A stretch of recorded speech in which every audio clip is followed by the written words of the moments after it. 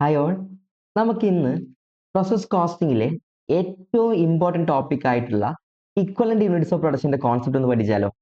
For example പറയുകയാണെങ്കിൽ നമ്മുടെ കയ്യിൽ 3 ടേബിൾസ് ഉണ്ട് വിചാരിക്കുക. ഈ 3 ടേബിൾ ഫിനിഷ്ഡ് ഗുഡ്സ് ആണ്, അതായത് 100% അതിൻ്റെ മേക്കിംഗ് കംപ്ലീറ്റ് ആയതാണ്.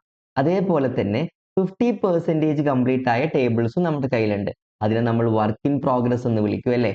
ഫോർ എക്സാമ്പിൾ 4 കോമ്പണൻസ് ആണെന്ന് വിചാരിക്കുക. എങ്ങനെ 4 കോമ്പണൻസ്? 1, 2, 3 ആൻഡ് 4. ഞാൻ ഒരു കാര്യം ചോദിക്കട്ടെ, നിങ്ങൾക്ക് ഈ 3 ടേബിളും 4 കോമ്പണൻസും ആഡ് ചെയ്ത് നിങ്ങളുടെ കയ്യിൽ ടോട്ടൽ 7 ടേബിൾ എന്ന് പറയാൻ പറ്റുമോ? ഇല്ല. കാരണം എന്താ?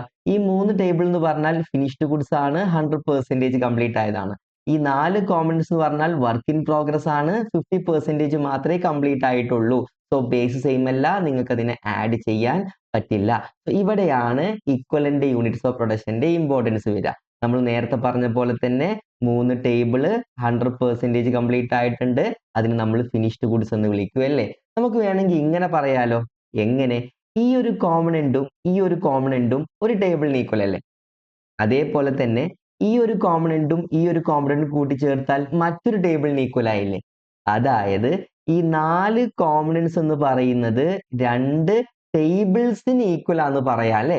സോ ഇതാണ് ഇക്വലന്റ് യൂണിറ്റ്സ് ഓഫ് പ്രൊഡക്ഷന്റെ കോൺസെപ്റ്റ് എന്ന് പറഞ്ഞ. ഇപ്പൊ നിങ്ങളൊന്ന് ആലോചിച്ച് നോക്കിയേ, ഈ 3 ടേബിളും 2 ഇക്വലന്റ് ടേബിളും ആഡ് ചെയ്ത് നമ്മുടെ കയ്യിൽ ടോട്ടൽ 5 ടേബിൾ ഉണ്ടെന്ന് പറയാം.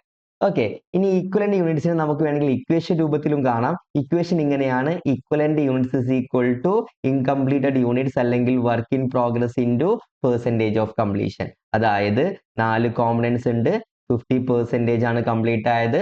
സോ ആൻസർ 2 എന്ന് വരും. ഇതിന്റെ മീനിങ് എന്താ?